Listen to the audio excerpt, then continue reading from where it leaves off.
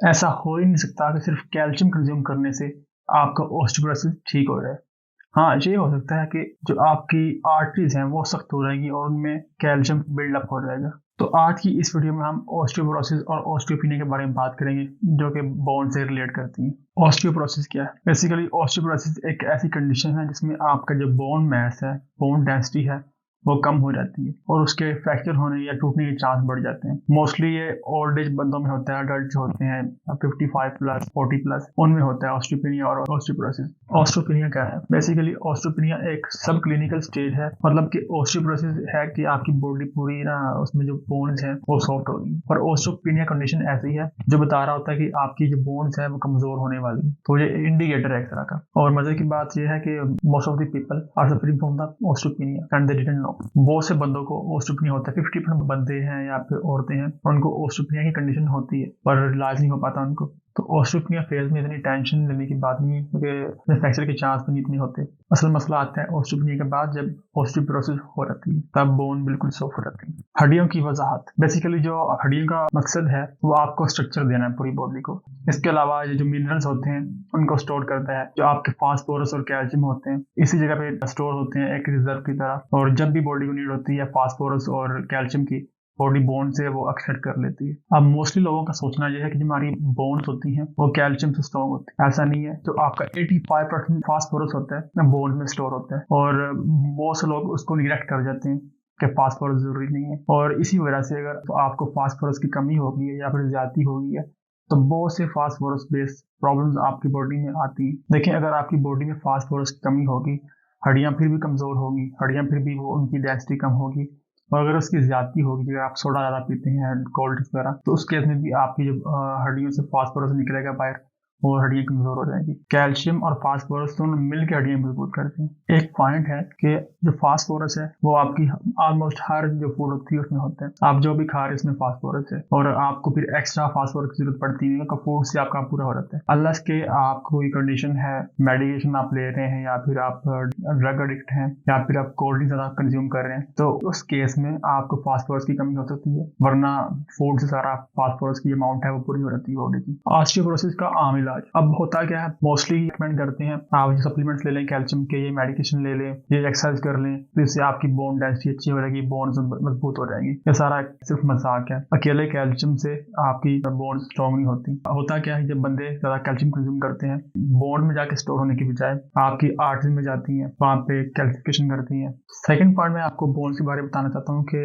Bone में bone marrow होते हैं जिसको हम मिक भी कहते हैं, और वो बड़ी डिलीशियस होती है। बेसिकली वही चीज आपकी जो रेड ब्लड सेल्स हैं, व्हाइट ब्लड सेल, प्लेटलेट्स वगैरह, उनको बना रही होती है। तो अकेली जो कैल्शियम है वो बोन्स नहीं बनाती, उसमें काफी मिनरल्स होते हैं या प्रोटीन होती है, वो ओवरऑल बोन की फॉर्मेशन करते होते हैं। प्रोटीन की बात करूँ, 35% तक प्रोटीन होती है बॉडी में, जो कोलेजन की फॉर्म में होती है। तो अगर हमको ऑस्टियोपेनिया और ऑस्टियोपोरोसिस को क्योर करना है, उसका इलाज करना है, तो हमें कैल्शियम के अलावा बाकी जो मिनरल्स हैं और प्रोटीन्स हैं उनको भी कंज्यूम करना होगा। ऑस्टियोमलेशिया क्या है? बेसिकली ऑस्टियोमलेशिया भी एक कंडीशन है जो ओल्ड एज में होती है, जिसमें बोन्स आपकी बड़ी हो जाती हैं, आपकी सॉफ्ट हो जाती हैं। ये बेसिकली विटामिन डी की कमी की वजह से होता है। और अगर बड़ी उम्र के बंदों में हो तो इसे हम ऑस्टियोमलेशिया कहते हैं, अगर बच्चों में हो तो इसे हम रिकेट्स कहते हैं। ऑस्टियोपोरोसिस और ऑस्टियोपेनिया क्यों होता है? जब हम ऑस्टियोपोरोसिस और ऑस्टियोपेनिया की बात करते हैं तो ये सिर्फ कैल्शियम की कमी से नहीं होता, ये विटामिन K2 की कमी से भी होता है, ये विटामिन D3 की कमी से होता है, जो कि विटामिन D3 और विटामिन K2 दोनों आपस में मिलकर काम करते हैं। अगर एक ही डेफिशिएंसी है दूसरा काम नहीं करेगा, दोनों अवेलेबल होंगे तब सही वर्किंग करेंगे।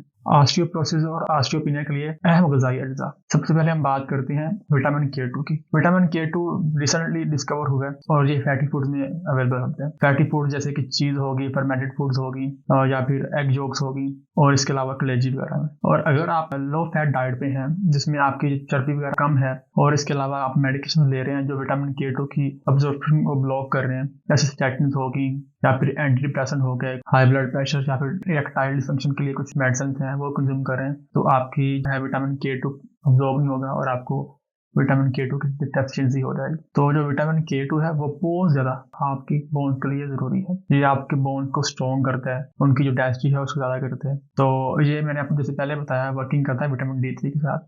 तो विटामिन D3 की अवेलेबिलिटी भी जरूरी है, तब ये अपना काम करेगा। और अब जो विटामिन D3 है वो किस तरह हेल्प करते हैं विटामिन K2 को। बेसिकली विटामिन जो D3 है वो आपकी कैल्शियम की ऑब्जॉर्प्शन बहुत ज्यादा कर देता है स्मॉल इंटेस्टाइन में, और उसके बाद विटामिन K2 जो है वो आपकी ब्लड स्ट्रीम से कैल्शियम को उठाता है और बोन में लेके जाता है। अगर आपकी अवेलेबिलिटी नहीं है विटामिन K2 की, तो जो ब्लड स्ट्रीम में कैल्शियम है वो बोन में नहीं जाएगा, वो आपकी जो कैपिलरीज है या फिर ब्लड वेसल्स हैं वहीं पे स्टोर हो जाएगा। तो ये बहुत जरूरी था कि आप समझे कि K2 का फंक्शन क्या है, क्यों जरूरी है और हमें क्यों कंज्यूम करना चाहिए। तो विटामिन K2 कंज्यूम करने के लिए आप इसकी सप्लीमेंट भी ले सकते हैं, या फिर हाई फैट डाइट होती है जो ज्यादा चर्बी वाली, वो कंज्यूम करें तो उससे आपको विटामिन K2 मिलेगा। और एक नेक्स्ट चीज जो आपकी बोन के लिए बहुत अच्छी है वो है विटामिन A। और विटामिन A की मैं जो प्रिकर्सर फॉर्म की बात कर रहा, रेटिनॉल जो कि है, मैं उसकी बात नहीं कर रहा, मैं विटामिन A की बात कर रहा हूँ जो कि आपको एग योक से मिलता है अच्छी अमाउंट में।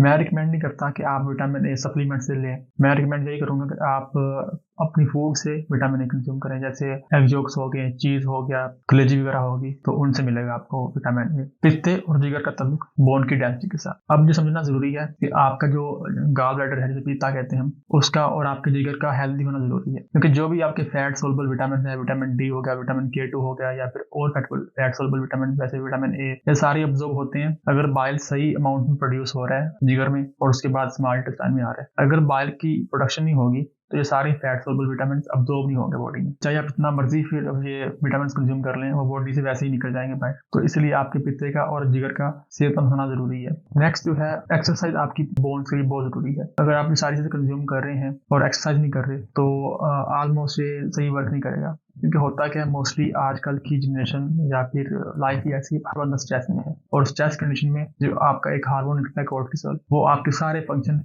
बंद कर देते हैं। आपकी जो अब्जॉर्प्शन होनी है स्टोमक से मिनरल की वो भी नहीं होगी। हमने उस स्ट्रेस को अवॉइड करने के लिए एक्सरसाइज करनी है, और एक्सरसाइज वगैरह बेस्ट है स्ट्रेस वगैरह को रिमूव करने के लिए। बाकी आज के लिए इतना ही था, उम्मीद आपको वीडियो अच्छी लगी होगी। अगर लगी है तो do like, comment and share. Thank you.